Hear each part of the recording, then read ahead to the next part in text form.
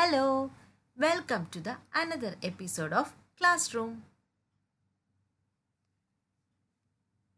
So in the previous classes we have discussed an introduction to our number system, then what is a rational number, some questions related to rational number and our exercise 1.1.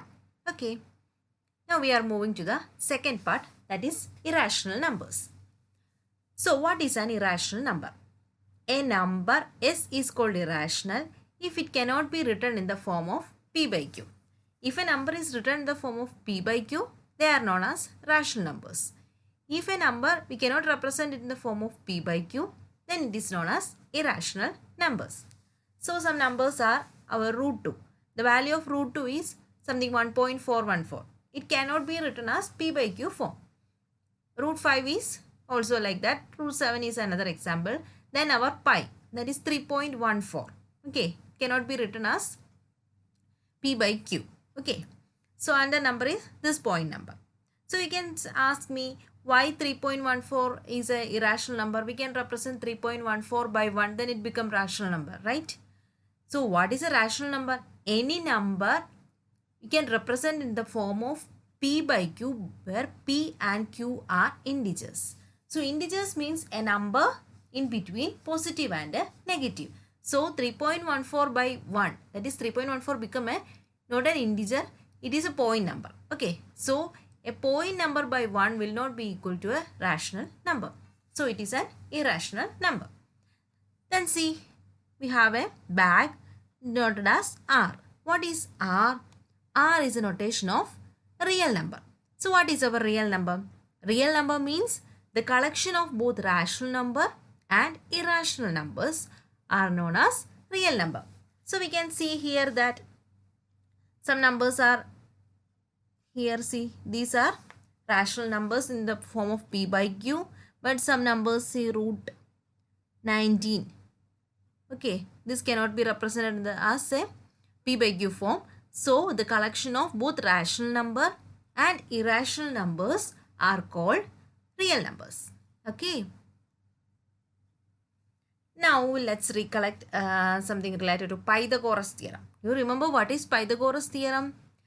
Pythagoras theorem means, see here, ABC is a right angled triangle. Okay, where is the right angle? Right angle in the B. Okay, this is a right angled triangle and this is a right angle and this is a right angled triangle. So BC is known as base of the triangle. AB is known as height or altitude of the triangle and AC is known as hypotenuse of the triangle. So how can you find out distinguish between base, altitude and hypotenuse? See, the hypotenuse means which side that is opposite to the 90 degree. So first thing is you have to spot the 90 degree. Where is the 90 degree? This is the 90 degree. So the side opposite to that is hypotenuse. Okay, this thing, the height and altitude can be reversed. There is no problem that you can write this as a base and this as a height. There is no problem. Only the thing is hypotenuse should be correct. So dear children, you have to note that hypotenuse means the side which is opposite to the 90 degree. So this is a 90 degree and this is the opposite side. So every time the side opposite to 90 degree is the hypotenuse. Okay. So what is the Pythagoras theorem? Pythagoras theorem states that height square plus base square is equal to hypotenuse square, or hypotenuse square is equal to base square plus height square. Okay. Now what is hypotenuse? From this is hypotenuse square. So from square, how to find the original value? We take the root. Okay. So the hypotenuse is equal to root of base square plus height square. You understand? Don't write square and root at the same time. So this is the equation or the Pythagoras theorem. Pythagoras theorem states that hypotenuse square is equal to height square plus base square and hypotenuse is equal to root of base square plus height square. Okay, is it clear? Then the other thing is here, if you have some value, base is equal to 4 centimeter or height is equal to 3 centimeter, then you have to first find the square. That is 4 square 12 plus 3 square 9. Then after adding and take the root. Okay, is it clear? First find the square, then add it. After that take the root. Okay, these are some common mistakes in students. So please be clear the concept that hypotenuse square is equal to base square plus height square, and hypotenuse is equal to root of base square plus height square. Okay, are you clear with that? So let's draw root 2. Okay, so for drawing root 2, you have to write the Pythagoras theorem. We know that 1 square plus 1 square is equal to root 2. So this is a base and this is a height. So if the base is equal to 1, height is equal to 1, then the corresponding, this is what? Hypotenuse will be equal to root 2, right? This is hypotenuse is equal to root of base square plus altitude square. If base is equal to 1 and height is equal to 1, then 1 square plus 1 square become root 2. Let's draw it. So first draw the number line, then mark using the scale itself. Okay, this is 0, 1, 2, 3, like that. Here minus 1, minus 2, minus 3, like that. Then after that, thicken the line from 0 to 1. So this is the 1 centimeter. Okay, thicken the line using the scale and pencil itself. Draw here a line, thicken the line. This is 0 to 1. This is a 1 centimeter. Then from here, you have to draw the perpendicular. Okay, from here, you have to draw the perpendicular. How you can draw the perpendicular? You can either use your protractor and point the protractor here. Point the protractor here, and from here the 90 degree. You can plot 90 degree. Otherwise, take the compass. Put the needle of the compass here. Take a length more than half. Cut here. Here also cut here. Now from here, cut here. From here, cut and draw. You got the perpendicular.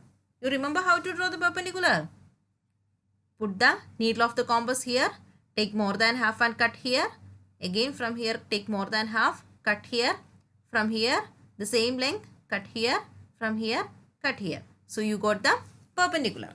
Okay, you can extend the perpendicular. After that, you want the 1 centimeter, right? Take the put the compass here, and this length, cut an arc. Okay, so you got the 1 centimeter. Then thicken this line. After that, join this 0 and this 1 centimeter, this point. So you got the hypotenuse as root 2. Okay, after that, put your compass here. Take this length and draw an arc. You got the root 2. Are you clear? So what are the steps? First draw 1 centimeter. From here the perpendicular. Then after join this point and this point. Now put the compass here. Measure this length and from here draw. So you got the root 2. Okay. Next let's plot root 3 on number line. So for root 3 we require root 2 and 1. Root of 2 plus 1 is equal to root 3. Okay. So how can you do this one? First you have to draw our root 2. How can you draw root 2? First draw 1 centimeter here. From here the perpendicular. This is a perpendicular. 1 centimeter and join this one. You got the root 2. After that mark here P. This P is a root 2. Then from here again draw a perpendicular. From here how can you draw a perpendicular? Put the needle of the compass here. Take more than half here. Take more than half here and cut. Then from here, cut here, cut here. So you got the perpendicular line. After that, take a measurement of 1 centimeter using your compass and scale. Then cut on that line. Cut here that line. So this will be 1 centimeter. After that, join O and D. This is root 3. Okay, this is root 3. Then using a compass, put the needle here. Take this measurement and draw the line. So you got root 3. Okay.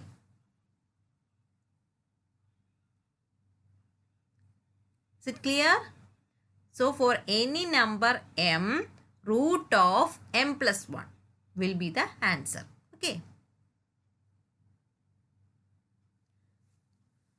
Now, we will move to the next exercise 1.2. First question is, state whether the following statement is true or false and justify your answer. First question, every irrational number is a real number. So what you have to do? First write what is a rational number. Rational number means a number cannot be written in the form of p by q. Now what is a real number? Real number means collection of both rational and irrational number. Now check that this irrational number is included here or not. Yes, it is included, right? So the condition is true. Now what about the reverse term? Every real number is a rational number. How can you find? First you write the real number, then the irrational number. Check real number is in the irrational number and find. You can find it, right? So once more I explain. First write the first given number. That is first write the irrational number, then the real number. Then check these irrational numbers are in the second number or the real number. Is it included, right? So the condition is true. Okay. Now the next question. Every point on the number line is of the form root m, where m is a natural number. That means every point we can represent it as a form of root of a number. We'll check. We know that root 9 is equal to 3, right? It is a natural number. Now what about root 2? Root 2 value is 1.414, but it is not a natural number. You can check the root 2 in the calculator, okay? By putting the root 2, you got this answer. This is not a natural number, right? Natural number start from where to where? From 1 to the infinity. Okay. So we cannot, from this statement or itself, we can say that we cannot represent every point on the number line in the form of root term, because the root 2 is not a natural number. Now also another thing. Natural, here in the number line there are negative numbers also, right? The number line we have positive number and negative numbers. If I am putting root of minus m, what is the value of root of minus m? For example, what is the value of root minus 7? Can you find this one?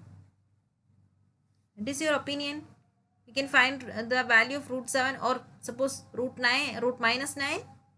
We cannot find the value of a root value of a negative number.